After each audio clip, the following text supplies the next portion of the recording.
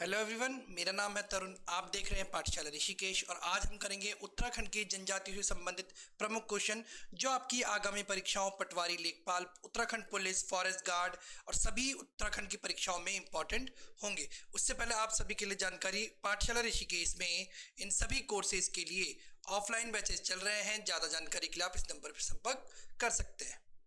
देखिए, पहला क्वेश्चन है, राज्य में 5 जनजातियों को किस वर्ष अनुसूचित जाति का या जनजाति का दर्जा मिला? तो किस वर्ष मिला? तो ये मिला 1967 में। ठीक है, 5 कौन कौन सी है? तो ये थारू, राजी, बोक्सा,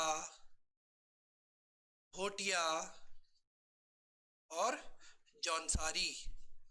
ठीक है, जिसमें सबसे ज्यादा कौन सी है? तो थारू है सबसे ज्यादा जनसंख्या और सबसे कम है राजी की। वहीं अगर हम गढ़वाल की बात करें तो गढ़वाल की सबसे बड़ी कौन सी है? जौनसारी। और राज्य की दूसरे नंबर की जनजाति है जौनसारी। ठीक है, केंद्र सरकार ने 1965 में जनजातियों की पहचान के लिए किस समिति का गठन किया था? ठीक है, पूरे देश भर में किया गया था ये गठन और हमारे यहाँ 5 जनजातियां हैं तो उसके लिए क्वेश्चन इंपॉर्टेंट हो जाता है। तो आंसर होगा इसका ऑप्शन ए, लोकर समिति। ठीक है, ये क्वेश्चन आपको हमारे टेलीग्राम ग्रुप पाठशाला ऋषिकेश ग्रुप सी भी पीडीएफ के फॉर्म में मिल जाएंगे। वहां समय समय पर हर सैटरडे को टेस्ट और समय समय पर आपके पास टॉपिक वाइज क्वेश्चन की पीडीएफ भी आती रहेगी। आप उसे ज्वाइन कर सकते हैं। साथ ही रोज रात 9:30 बजे से क्विज होता है जिसे करके भी आप अपनी प्रैक्टिस को मजबूती दे सकते हैं।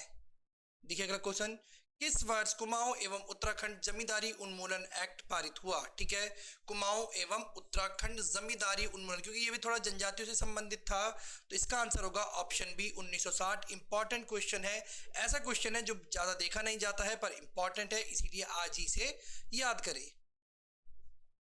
उत्तराखंड में सर्वप्रथम किस जनजाति को आदिम जनजाति का दर्जा मिला? ठीक है, उत्तराखंड में 2 जनजातियों को आदिम का दर्जा मिला है और सबसे पहली इसमें है राजी। ठीक है, इसका जो वर्ष है वो हमें नहीं मिल पाता है, हम बहुत बार कोशिश की जाती है पर इसके जो वर्ष है उसकी जानकारी पर्याप्त नहीं हो पाती। निम्न में से किन 2 जनजाति को आदिम जनजाति का दर्जा प्राप्त है?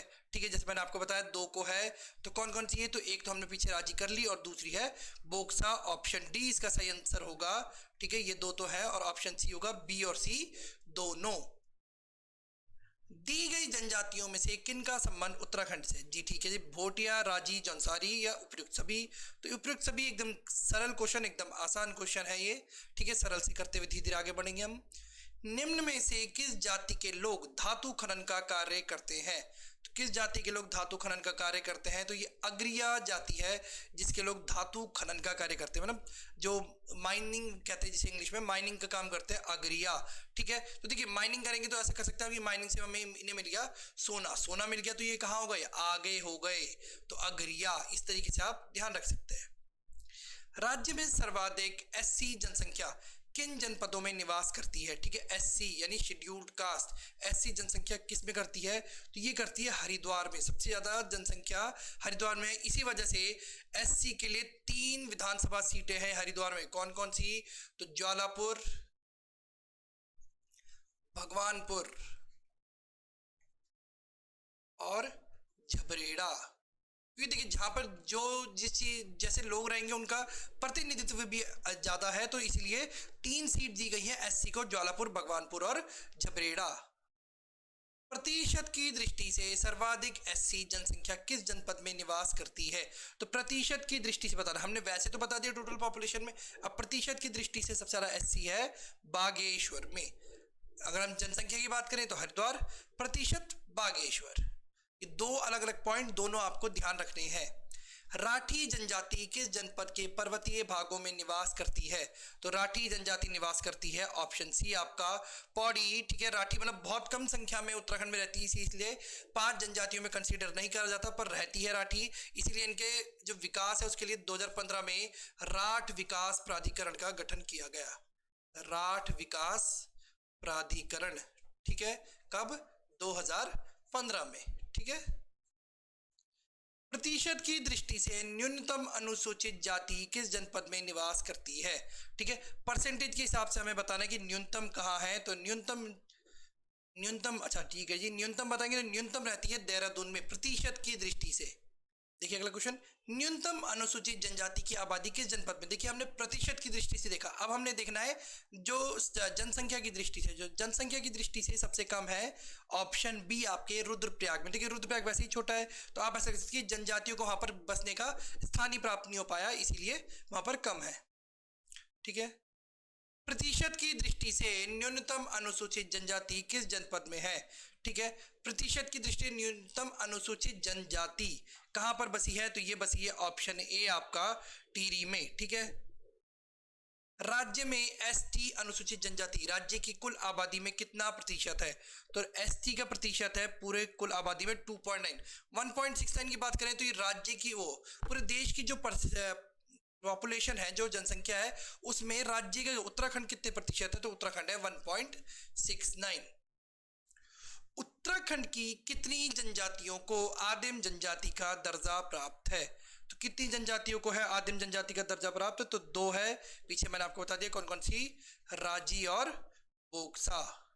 ठीक है, मतलब क्वेश्चन एक जैसे ही होंगे, घूम फिर के आएंगे क्वेश्चन, तो आपको हर तरीके से, हर एंगल से, हर कोण से क्वेश्चन को पकड़ना है कि ये इस तरीके से भी पूछा जा सकता है, इस तरीके से भी पूछा जा सकता है। किस वर्ष से अनुसूचित जनजातियों को सरकारी सेवाओं में 4% आरक्षण दिया गया? ठीक है, जो एसटी है उन्हें कितना मिलता है? 4% आरक्षण मिलता है। ठीक है, तो उन्हें कब से दिया गया? तो उन्हें दिया गया ऑप्शन ए 2001 से। राज्य में सर्वाधिक एवं न्यूनतम आबादी वाली जनजाति कौन सी है? तो जैसे मैंने आपको बताया, तो सर्वाधिक कौन सी है? तो सर्वाधिक है थारू और न्यूनतम है राजी, तो ऑप्शन बी इसका सही उत्तर होगा।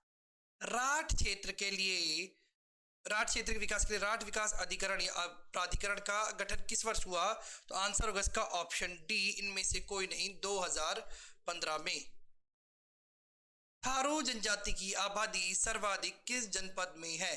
तो थारू जनजाति सबसे ज्यादा कहाँ रहती है? तो थारू रहती है सबसे ज्यादा उधम सिंह नगर में, मतलब कह सकते हैं कि तराई भाबर वाले क्षेत्र में रहती है थारू जनजाति, और तराई भाबर का सर्वाधिक क्षेत्र हमारा पड़ता है उधम सिंह नगर में। निम्न में से सर्वाधिक जौनसारी जनजाति किस जिले में निवास करती है?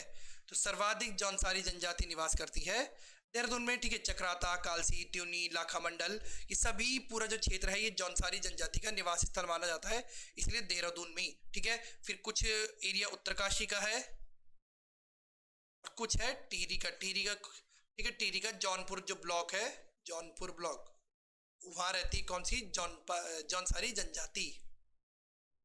उत्तराखंड एवं कुमाऊं क्षेत्र की सर्वाधिक आबादी वाली जनजाति, ठीक है, तो कौन सी है? तो यह है थारू। एकदम सिंपल क्वेश्चन।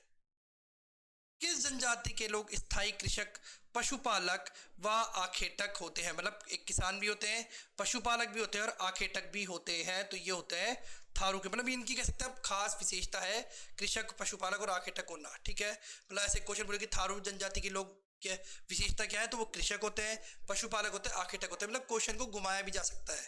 ठीक है, निम्न में से अशुद्ध विकल्प का चयन कीजिए। ठीक है जी, थारू जनजाति के को किरात वंशी माना जाता है। बाज दिया थारू का सर्वाधिक शान शौकत वाला विवाह है। थारुओं का मुख्य भोजन चावल एवं मछली है, या इनमें से कोई नहीं? अशुद्ध विकल्प बाज दिया थारू का जी नहीं, बाज दिया नहीं था, ये इसका आंसर होगा सही, क्योंकि बाज दिया एकदम साधारण पद्धति वाला विवाह होता है। कैसा? साधारण पद्धति वाला विवाह होता है। अब आप लोगों के लिए होमवर्क, आपने कमेंट में बताना है कि शान और शौकत वाला विवाह कौन सा होता है। ठीक है, देखिए अगला क्वेश्चन, निम्न में से कौन सी जनजाति स्वयं को महाराणा प्रताप का वंशज मानती है? तो ये हो जाएगा, थोड़ा ऑप्शन इधर उधर है, ऑप्शन सी थारू, क्योंकि माना जाता है कि थार रेगिस्तान से, थार डेजर्ट से आए हैं, तो थार यानी राजस्थान वाला एरिया और राजस्थान यानी महाराणा प्रताप। ठीक है, तो इस तरीके से आप लिंक करके भी चीजों को याद कर सकते हैं। थार से आने के कारण इसका नाम थारू भी पड़ा है। निम्न में से थारू जनजाति की विशेषता नहीं है। थारू राज्य के तराई भाबर क्षेत्र में निवास करती है, बिल्कुल सही है। थारू स्वयं को महाराणा प्रताप का वंशज मानते हैं, पीछे ही पढ़ा हमने। थारू छाल से बनी मदिरा को जिया कहते हैं। थारू को परंपरागत वस्त्र लंगोटी है, तो इसका आंसर हो जाएगा, पहले बता दूं मैं आपको, ऑप्शन सी, छाल से बनी मदिरा को जिया कहा जाता है, पर थारू नहीं कहते हैं। कौन कहते हैं? तो भोटिया। ठीक है, भोटिया बनाते हैं पेड़ की छाल, उसमें दूध नमक वगैरह डालकर एक पेय पदार्थ बनाते हैं जिसे वो बोलते हैं जिया। निम्न में से सम्मिलित नहीं है। 3 टिकटी विवाह थारू, बदला विवाह राजी, बाज दिया जौनसारी, पलायन विवाह राजी।